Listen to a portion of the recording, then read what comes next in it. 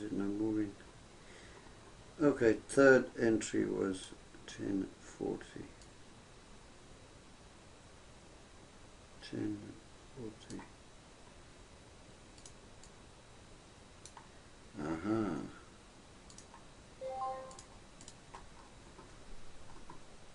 $10.40 here on M5 is...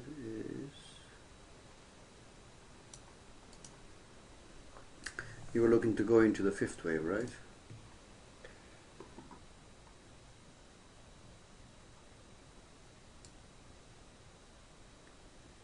Yeah, you had Yes. 5 pips to the next AIMS level. Well, you probably had more pips to M5 AIMS level at that time, but your M1 AIMS level was closed. Obviously. Why? Yeah, It was, okay. yeah, it was short M's. It was 6 to opposite M's from my PO, and 16 pips to the next M5 level. Yeah, it's the here's the thing in the first bar of AO. What I look at is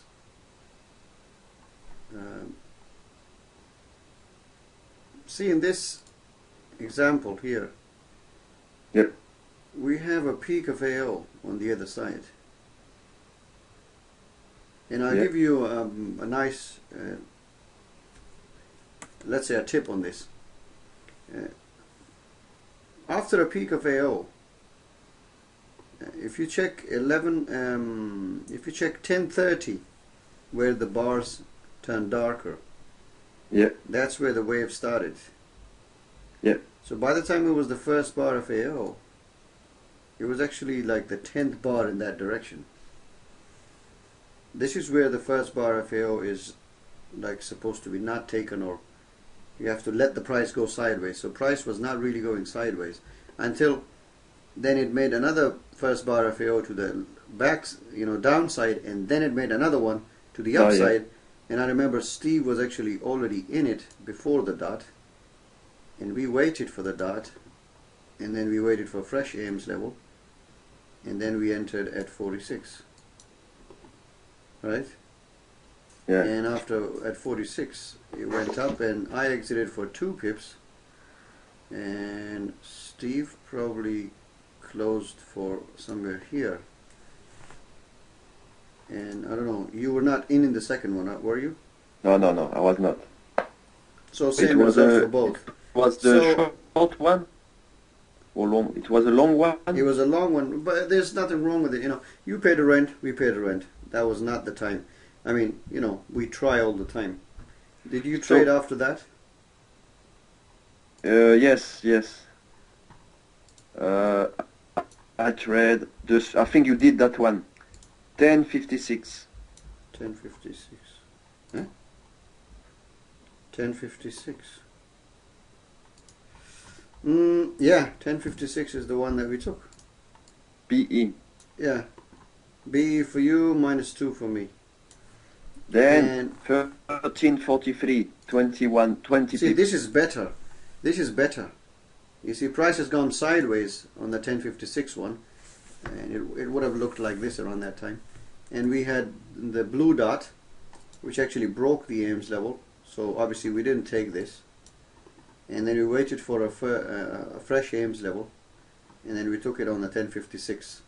The result wasn't really good, but the setup was good. Okay. Yeah. Did you then take 1121? No. Oh yeah, I know. You thought it was a divergence. Oh yeah. Yes. Around that time it did look like a divergence. There was a peak of AO.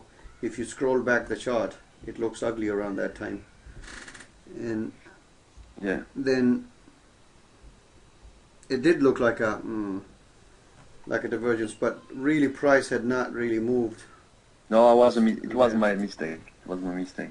So it was a fresh dot, and yeah, if somebody missed this, I think it wasn't really like easy to take. But here's what M5 really helps. You know, if you scroll back and if you look at M5 with before the peak, you'd see that you didn't really have a divergence on M5 yet, and that there was going to be a chance. And there was a strong green candle around 11:10, and then an inside bar after that, which created this setup there, and then it broke out very, very nicely. Now I took the break of M1, which resulted in 39 pips up there. Grant later confirmed that he would have taken the break of M5, which would have been 59, or let's say 60. So if he took 60, he could still have taken 1:2 very easily in 2 minutes. Imi, on the I come back to the 1041, because you said there is a break of zero line, but it has been picked before. But it's not like no,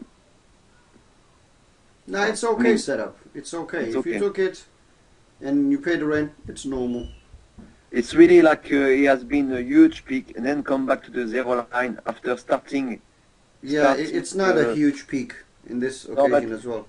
What you said is that if there is a cross of zero line after a peak in the other side, and that the waves start to move, the new waves start to move from the end of the peak. This is where when you come to the cross the zero line, the wave is already in that move. That's right. Yes, because the AO, the way it shows the waves is from peak to peak. So from where it changes its color, that's actually where the corrective wave starts. So by the time it peaked, and you know, it had one more green bar after your entry, and that wave finished there, and then we have a corrective wave down, a small, it created a small peak and then crossed back up, and this was actually, it created a nice 1-2 to the top side, and both the entries were rent payments. If you took both of them and paid rent, still they were good. There was nothing wrong with them. Yeah. You know, our mechanism is good. Or rent would have been really not a big deal. And then obviously we got this 39 pip, which was very good. And then after that, there was no setup for us. Yeah. Because it was all like this. But I took then a trade here. But for you, 1040 is a setup. Yes, it is. You know, it's 1040 here. It's inside AIMS on M5, and the M5 AO is dark, which means we are in a corrective wave. But at the same time, it has only peaked and not diverged. So possibly looking into going into the fifth wave. So it was a good attempt, you know. Sometime when it's a sleeping alligator, and we have tight ends. You sleeping alligator on M5. You don't know if it's a saddle point on M1. You don't really know if it's gonna go or not. So you take the trade early, but what do you do with your stop loss? Do you move it quickly, or do you let it on the other ends, for example? When the if I take a trade when the AMs are very tight, alligators asleep, and if it's anything less than 10 pips, my stop loss will be on the other side of AMs. But as soon as, because lines are closed at that time, so if the next candle then closes on the red candle, and the example would be somewhere like, you know, 1232, the AIMS level was just 8 pips. So if I was entered in one candle and then the other candle was green and closed back inside AIMS and closed on the red line, I would be out. Same principle. like almost similar to what Grant is doing, or what we are doing now.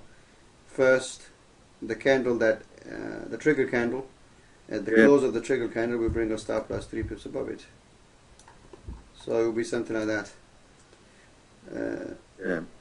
I know you didn't take the 1032, but for me, I looked at it and I said it was a red bar and fresh aims. All the 3 lines were closed. What was more important was that I saw a series of aims levels coming down, like a stepping down aims levels, which was showing to me that price is now coming down for a 5th wave. It didn't turn out to be a 5th wave though, but it did move enough for me to grab my 1%, which turned the day into hugely profitable. Okay. And then you took another trade, right? You took 1343. Did you take anything before 1343? No. Nothing. So that 1343 had double aims levels, right? Yeah. And 81 was your entry, and you took 20. Yeah. That was great. It's like 1.5% count rise. Well, it was almost the end of the aims. I've been 20 pips is nearly the maximum you could get on that move. Yeah. Did you then take 1404? I think we missed it. No, but it was S2. Yeah. There was a dot, but the alligator had never slept. And AO was not really close to zero line. I wouldn't say it was close to zero line. No. But it was red. So. Yeah. My exit was it was already 6 red candles. So I trade candle. So was that your last trade? No, it was I had one that you took as well. I think it was the 1525. I was thinking we took another one. 15. No.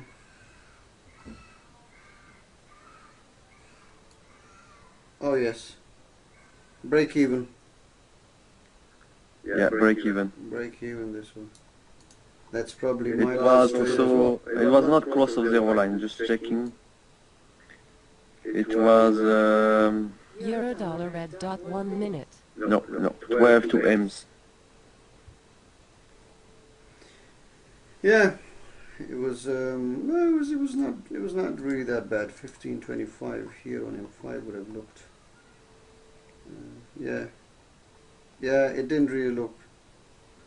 Yeah, there was space on M5 for it to go down, but of course it didn't go down.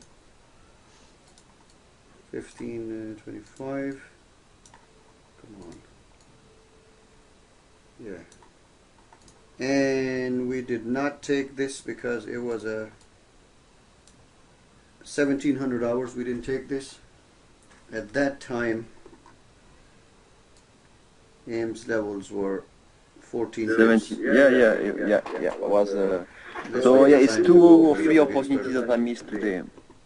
No, these were, I don't think they were missed. The one that you took and I didn't take, that was a miss for me. But apart from the one you took and Grant will have taken is a miss. Yes. But there's one that you took and I didn't take. You see, these things happen. Yeah. Still good. Right, that was. I was lucky because it was. I just came back from lunch. I see the setup. I watch the Steve stuff, and it was just okay for the EMS box number of pips, and then I put my PO and I've been triggered immediately. Yeah. Sometimes it's all about timing. I'll show you what I do. I think in the morning I took a cheeky trade, which you said, how did you take it? And it was just because it was London Open. There was a blue dot, 907, and Alligator was open, and I took it.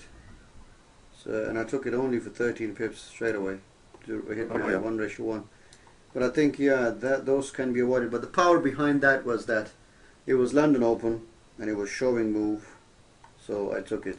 Otherwise, I sent you a file on your Skype name. Okay. All right. That was a good digest.